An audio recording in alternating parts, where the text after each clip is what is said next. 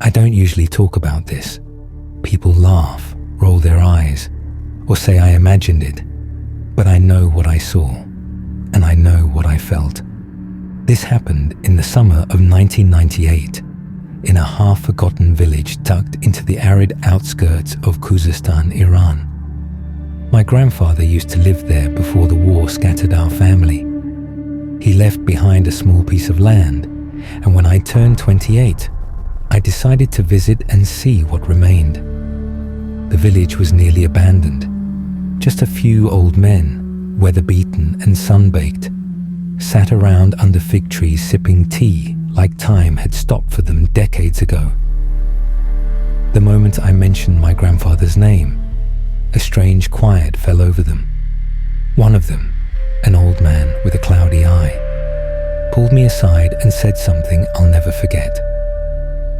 "Your Baba Bozorg, he wasn't just a farmer. He found something he shouldn't have." I laughed it off at first, but that night, in the old mud brick house my grandfather built, I found a locked wooden chest buried beneath a loose floor tile.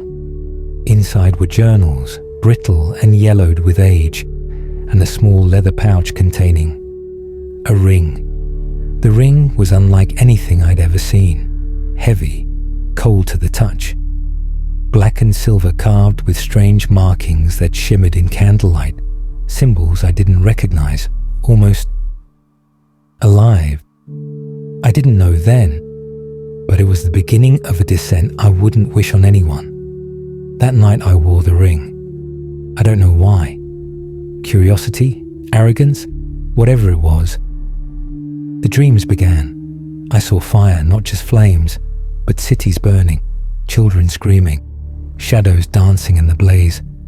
I saw jinn with hollow eyes watching me from the dunes. One of them whispered my name, over and over. I couldn't move. I couldn't breathe. When I woke up, my hands were covered in dust and blood, but there was no wound. I tried to leave the village, but my car wouldn't start. Every time I tried to walk away, strange dogs followed me, silent, unblinking. At one point, I turned around, and one of them spoke, not barked, spoke in a guttural, broken Farsi. "You wear the blood ring. You broke the pact." I started reading the journals. My grandfather had been digging along the dried riverbed near the village, searching for what he believed was a hidden treasure, lost since the time of the Sassanid Empire. He found it all right.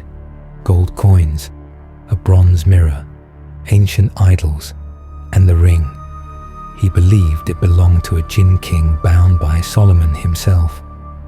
The seal was broken when the treasure was uncovered, and the jinn was released. The village started to suffer. Crops died. Children disappeared. One night, a sandstorm swept through and half the village vanished. My grandfather wrote that the only way to stop the curse was to return the ring and bury it in blood. I went to the riverbed. It hadn't seen water in years, just cracked clay and withered roots. But that day, it was wet, as if something below was bleeding. I heard a voice, my grandfather's voice, calling me from under the earth. I don't remember digging. I don't remember screaming. All I remember is seeing. Eyes, glowing, red, ancient, and a face that wasn't human. It looked at me with such hatred and hunger. The next thing I knew, I was lying in the hospital. A shepherd found me, unconscious and muttering about the gate and the pact. The ring was gone. I never went back.